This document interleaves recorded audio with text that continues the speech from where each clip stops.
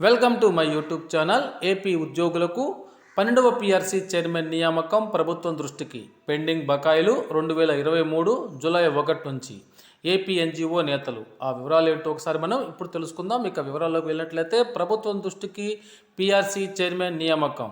PRC chairman నియామకం, pending డిఎల మంజూరు తదితర ప్రధాన సమస్యలను ప్రభుత్వం దృష్టికి తీసుకెళ్తామని ఏపీ ఎన్జిఓ రాష్ట్ర అధ్యక్ష ప్రధాన కార్యదర్శులు కేవి శివారెడ్డి, ఏ విద్యాసాగర్ తెలిపారు. సోమవారం గాంధీనగర్లోని ఏపీ ఎన్జిఓ హోంలో నిర్వహించిన ఎన్టీఆర్ జిల్లా నూతన కార్యవర్గ సమావేశానికి వారు ముఖ్య అతిథిగా విచ్చేసి మాట్లాడారు. ప్రభుత్వ ఆర్థిక పరిస్థితిని దృష్టిలో పెట్టుకొని కొంత సమయం ఇచ్చామని తెలిపారు.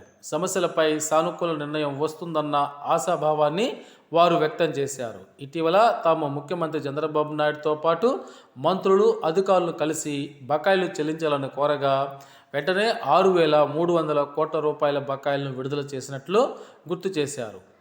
వేతన సవరణ గడువు 2023 జూలై నుంచి మొదలు కావలసి ఉండగా గత ప్రభుత్వం వేతన సవరణ కమిటీని నియమించినా కూడా ఆ వేతన సవరణ కమిటీకి చైర్మన్ను నియమించలేదని చెప్పారు. ఉద్యోగులకు ప్రతి 6 నెలలకు ఒకసారి విడుదల చేయాల్సిన డిఏను కూటమి ప్రభుత్వం ఇప్పటి వరకు మంజూరు చేయలేదన్నారు.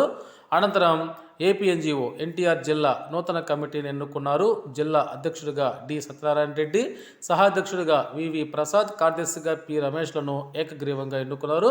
వారు ఈ సందర్భంగా అయితే ప్రభుత్వం దృష్టికి పీఆర్సీ చైర్మన్ నియామకాన్ని తీసుకెళ్తామని తెలియజేశారు.